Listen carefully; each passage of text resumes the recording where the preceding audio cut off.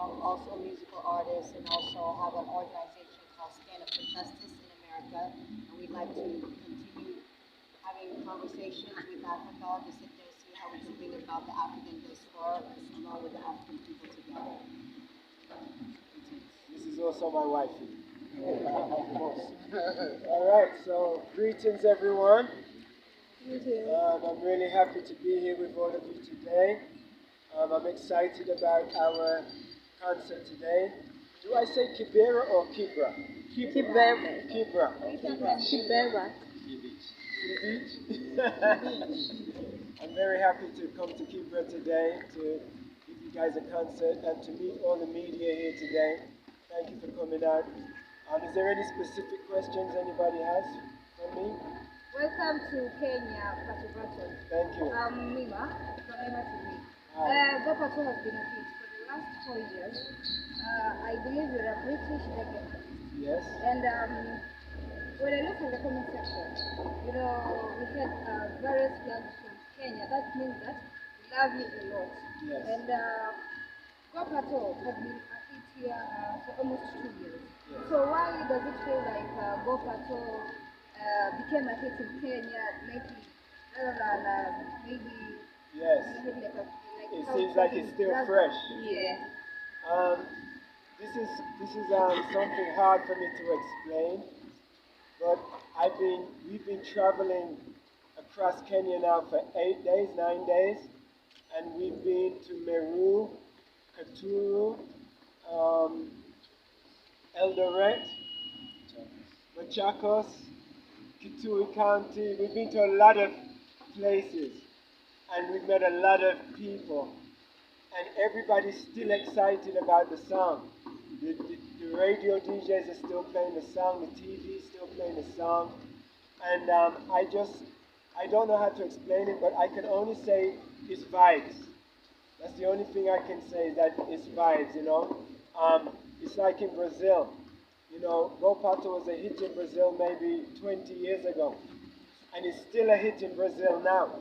It's still one of the most played songs in Brazil today. And every time I go there, it's big shows, big media. And I can only say it's the vibes. So I think that this song has a vibe that the Kenyan people like. I listen to a lot of the Kenyan music now, and a lot of the beat is the same kind of beat. And once you play that beat and everyone start dancing, then you can put the other songs from the Kenya artists with the same beat. So it's good for the DJs too.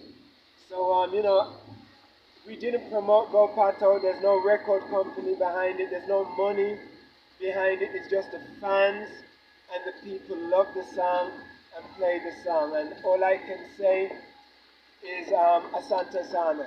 That's all I can say, Asante Sana. Okay, Pato Banton, my name is Odede, a freelance journalist.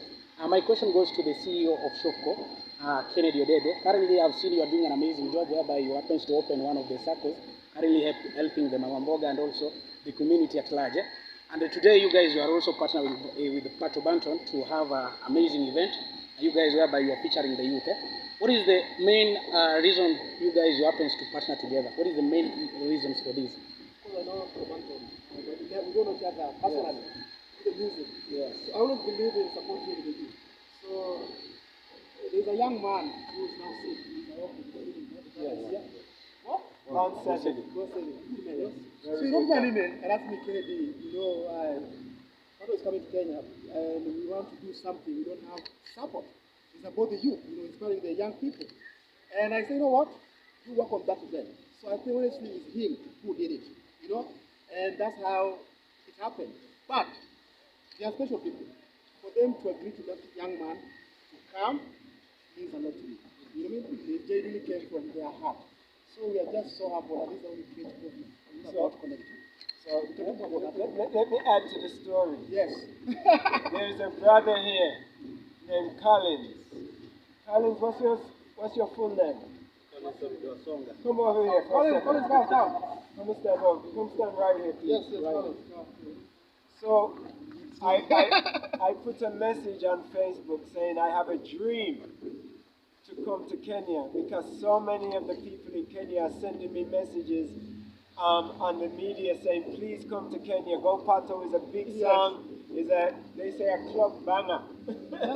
So come to Kenya. And so I put a message on Facebook saying, my dream is to come to Kenya to do some shows for the people. And then this brother, he says, Pato, I am from the Kibera slums, Chocolate City. I would like to give you a tour of Kibra so that you can get to know the place and meet some of the people. And he also has a charity called Kibera Hope, Agape Hope for Kibera. And he said he wanted to give donations of food to some of the people who are struggling, you know. So he asked me if I would help. And I said, yes, I would love to come. And then the tour was almost cancelled. I didn't hear from him for 3 months. And then his brother, Ban Sevic, contacted me and said, Pato, would you do a free show in Kibra?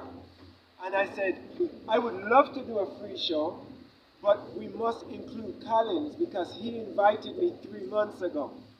So we got in contact with Collins, we spoke to Ban Sevic, and then we realized that there was no money.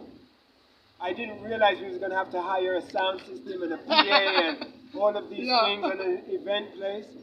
So I made a small contribution to the concert, and then Ban Sevic said, what's your name again? Kennedy from this organization he would contact him to ask if it would be possible to make this dream a reality. And when he contacted you, you said yes. And then we said, right, now we're going to do it full set. So that is the full story. Wow, amazing story. So the last question, my last question. Currently we are having this event, and you guys, you have now you guys are partnering with an international artist. Are you also looking forward, as the organization and the CEO of Shofco, are you also looking forward to invite other artists, the international artists, and also people like Diamond to come and also participate in this kind of activity? Because I know through these kind of events, also the youth are being motivated. Are you also planning to invite other artists apart from Pato Banton? Yeah, so for today, we have the Vera artists who already have performed, and that's for us a way to promote their talent, right? This is just like a miracle. It happened. We never planned this, honestly. You mean? And I believe there's a reason why it happened. So we'll sit down and see what else from here we can be able to do. So let's see what happens from today. So we're just so excited. This is the start of something new. Yes. And hopefully this will be a great starting point and launching point for many of the artists in the slums who need a chance to get exposed to the world. Because trust me, this will be exposed to the world today. So, Banton, have you ever thought of doing this song or maybe any other music, any Kenyan reggae artists collaboration? In a few months, you will hear some new collaborations with Pato Banton and Kenyan artists. I am keeping it a secret. But we are going straight to the studio when we get home. We already have 3 songs with 3 artists. Maybe 4 songs actually. But yes, we are working on this right now. And there's an artist from Kibera who also has a beautiful song about peace and love and unity. I'm very excited to record this song. That's what I was going to say, was that when we first got here, the first night, when Collins came and visited us at the hotel, we brought some of the Cuba artists over to the hotel and we started our little jam session that night. So there was a lot of great talent there, so we are actually going to be running some music together. Okay, last question to our mother, Madam Antoinette. Okay, the last time you happens to have an event, there is a clip that went viral, you complaining of being mistreated, and it raised an eyebrow to most of the Kenyans, and they felt like this was not right. Can you tell us exactly what really happened, and also, because I know currently you're going to Kibera Chocolate City, and I know your security is guaranteed. With the Shofco, I know your security is guaranteed. Can you just tell us a few exactly what really happened? Because most of the people are really eager to know exactly what happened. What happened in Eldoret? Well, it's kind of weird because this has happened to me before in Africa, but when I had brought my keyboards, this is not my first time to Africa bringing my keyboards. And I'm always very hesitant about bringing such valuable equipment to Africa, but also at the same time when I came before, I